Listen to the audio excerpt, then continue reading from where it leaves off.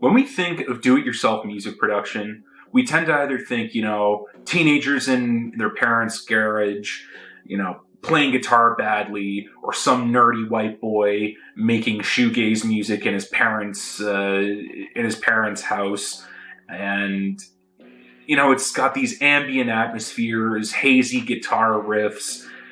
There's just enough polish on there that it sounds professional, but also just enough of low fidelity to make it sound authentic. You're welcomed into this this really nice, cloudy, dreamlike state. And it is a musical experience, even though, again, I think there's a time and a place for it.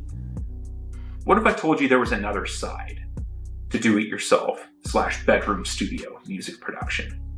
It's going to be what I would argue to be the exact opposite of that coin, and the originator as well. This trailblazing sound, I should say, originated from a city in the South, Memphis, Tennessee. It has blazed a trail that has touched so many different musical genres since the late 80s when it started. It has influenced modern day trap and drill artists. It has influenced SoundCloud rap. I would even go so far as to argue that it has influenced indie pop as well. Today, I'm going to talk to you about my obsession with Memphis rap music. Now, I'm not going to do a whole, origin story behind it. Unfortunately, I would say that, there are better videos out there, and I will include them in the description so that in that way you can see them too, because I think they'll do an infinitely better job than I will. But I want to talk today about how I think it's such a groundbreaking genre, and how I think that more people should put respect on them, and why I think more people should listen to them. I'll do a quick little origin of it. It arguably, I would say that the godfather of Memphis rap is DJ Spanish Fly. His song Cement Shoes still remains a classic to this day. DJ Spanish Fly was an electro DJ, and he took his experience electro DJing, and he was actually a technological trailblazer himself, a pioneer, if you will, because he's widely considered to be credited as the person who introduced one of the most important pieces of technology in the Memphis rap scene, which is the Roland TR-808, a drum machine that, if you've listened to any sort of music from the late 90s up until the present, you're going to know what it sounds like. This drum machine would essentially form the core of the Memphis sound. It's got iconic cowbells. It's got, rapid machine gun style hi-hats, hard-hitting snares, wonderfully powerful sub basses as well. And at the time that the Memphis scene was burgeoning, Southern rap was essentially caught in between the East Coast and the West Coast. The West Coast had their G-Funk, you had NWA and all them guys. They were, they were doing their thing. The East Coast, of course, had Run DMC, Eric B. and Rakim, all of those guys as well. And Southern rap was nowhere near what it was today. Ever since about, I would argue, like 2007, Southern rap has been in the ascendancy, with artists like Lil Wayne, like Young Thug, Playboi Carti, who have done a video on, and so on. And so the Migos, especially, RIP Takeoff. I know I'm late to the party on that one. But Southern rap would not have been taken seriously if it weren't for Memphis rap. That's part of the reason why I'm obsessed with it, is because in the midst of the golden age of hip hop, the Memphis rap scene was in the wilderness. It was sort of like the unwanted child. Nobody took it seriously up until the early 90s, and that's when major label debuts started coming out. Arguably, and I know I'm glossing over this very, very, very, very briefly. But then after DJ Spanish Fly came DJ Squeaky, who sort of, again, was a very, very strong pioneer. He built on DJ Spanish Fly's melodies, and rather than, with DJ Spanish Fly, you can still sort of hear that electro DJ, that old school sound. DJ Squeaky modernized it, and then DJ Paul and Juicy J of 666 Mafia arguably perfected it. And there was a little bit of a beef between the two. But what DJ Paul, Juicy J, and the 666 Mafia did was they were the ones who were, even though they didn't have the first major label debut, they were the ones who arguably launched it into the mainstream. With their tape Underground Volume 1, I'll put the album cover right here, easily being, I've had this on repeat for the past year now, and it doesn't get old. For me, I would say if you're interested in learning and listening to more Memphis rap, this is definitely a great entry-level album into the into the sound as well. Memphis in and of itself is, a musical city. Tennessee in general as a state is a musical city. Memphis is considered to be, the home of blues, the birthplace of rock and roll. However, I get the impression that in recent years it's more so been overshadowed by Nashville, especially because, well, country music and all that. The sound is part of the reason why I'm so obsessed with Memphis rap. It takes that extreme low fidelity production, but the thing about it is that not only were they so technologically limited to it, and this is I think is the real beauty of it, they got so good and so proficient with the technology that they had in those bedroom studios in Orange Mound, in North Memphis, in South Memphis, in Fraser, in all the other neighborhoods, in Binghamton, that they were able to use the machine as an extension of themselves. And they can do things with the 808, with the 4-track mixer, with the looping machine that I would say most DJs would give their left arm in order to be able to do with the turntable. The mastery that the producers had in using what they had, from sampling old horror movie scores to running the iconic cowbells on the Roland 808, not to mention as well the rappers themselves being the originators of the triplet flow, which is now popularly known as the Migos flow. Memphis rap started all of that. And I mean, of course, I'm glossing over so many names as well. You have producers like DJ Zerk, who's arguably, again, I think he holds the title for the most sampled Memphis producer out there. Then, of course, you can't talk about Memphis rap without talking about people like Gangsta Pat, Fraser Click, Al Capone, Lil Noid's Paranoid Funk in 1995. I'll put the album cover right up here. Again, another one of my absolute favorites. And of course, you have Tommy Wright III.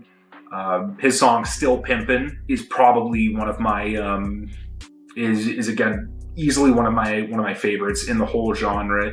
His frequent collaborator, Princess Loco, R.I.P., is actually having a little bit of a renaissance. Beyonce sampled some of her lyrics in her hit, I think it's called Renaissance, believe it or not. And it was nominated for a couple of AMA awards, and I think it may have been nominated for a Grammy as well. So it's nice to see Tommy Wright III and Princess Loco finally getting that recognition.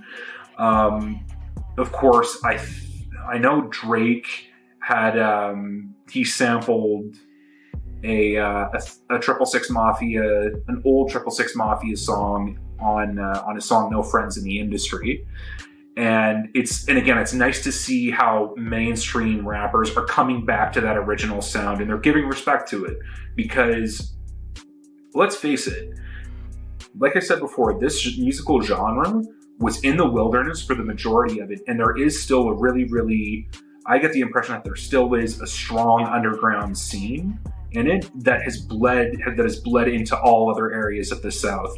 and also has spurred more underground artists to make it into the mainstream.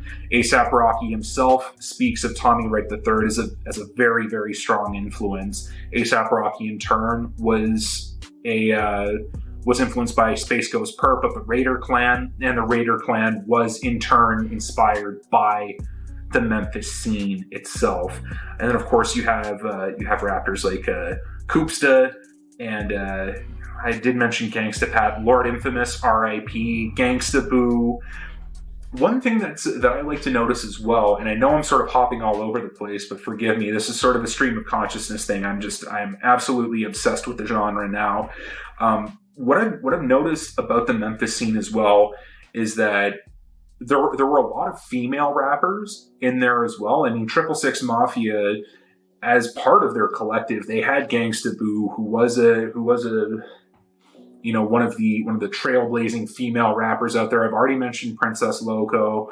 There's a couple of others that unfortunately I'm blanking on, but it does seem that that female artists at that time were able to still make a strong contribution with them. And I think the reason why is because their vocals play so well. Going back to the sound of it, that extreme low fidelity production combined with that horror score loop and those cowbells and that really, really powerful sub bass, it creates a fever dream atmosphere. It creates this nightmare. 1 minute the production is going through the loop and it's like, oh, okay, it's very ethereal, almost like that sort of shoegaze, the Smiths, indie pop stuff that you listen to nowadays. And then you're going to hear some distorted vocals that sound almost demonic, and you're lurched into this nightmare. And I think just the ability of the beat in order to make that transition in atmosphere is such an underrated skill, and it's part of the reason why I can't stop listening to the sound.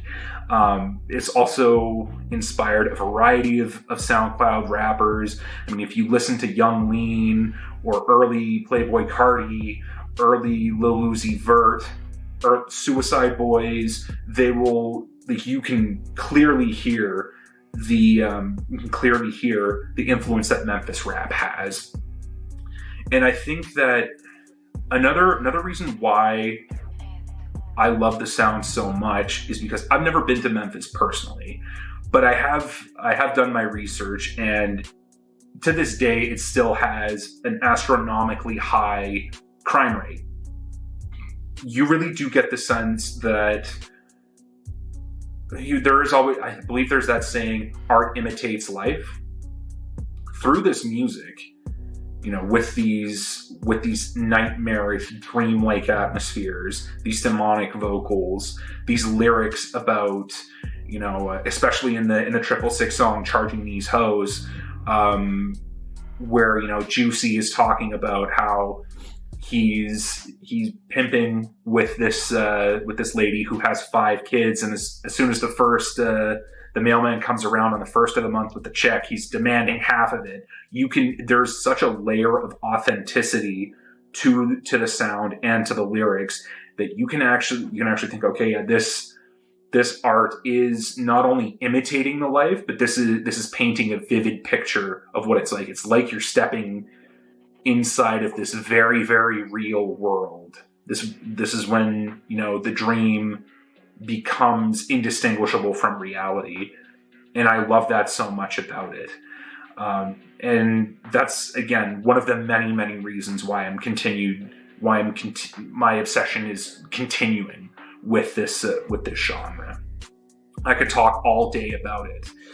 What I will do in summation is to put the question to you. Do you listen to Memphis rap? Have I done it justice? This is, again, a very much off-the-cuff, sort of all over the place, not quite analysis, but just a more so a true admission of what is perhaps my favorite genre of music at the moment. What I'm going to do is I'm going to provide some links down below to a couple of documentaries that you should watch if you're interested about learning more about the scene. I'm also going to post the links for the albums as well, along with a couple of recommendations. I think that this type of music cannot be slept on. it's not for everybody. It will seem very, very jarring to a lot of people. But on a technical standpoint, I think these producers and these rappers are extremely skilled. I'm so happy that they're getting the recognition that they deserve. And at the same time as well, the staying power that some of the artists have had, 666 Mafia winning the Academy Award, and then of course DJ Paul, Juicy J going on to have their own successful solo careers. Lil Yo, who was, you know, a trailblazer in the Memphis scene in the I would say the late 90s, so 1996, 97, successfully rebranded as Yo Gotti, and of course is now firmly into the mainstream. Songs like Rack It Up, Down in the DM, 1942, just to name a few. That rhymes. In any event, let me know what you thought about the video. Have I done it justice? Do you like Memphis rap too? If so, give me your recommendations down below for the songs that you like to listen to. And as always, thank you so much for watching.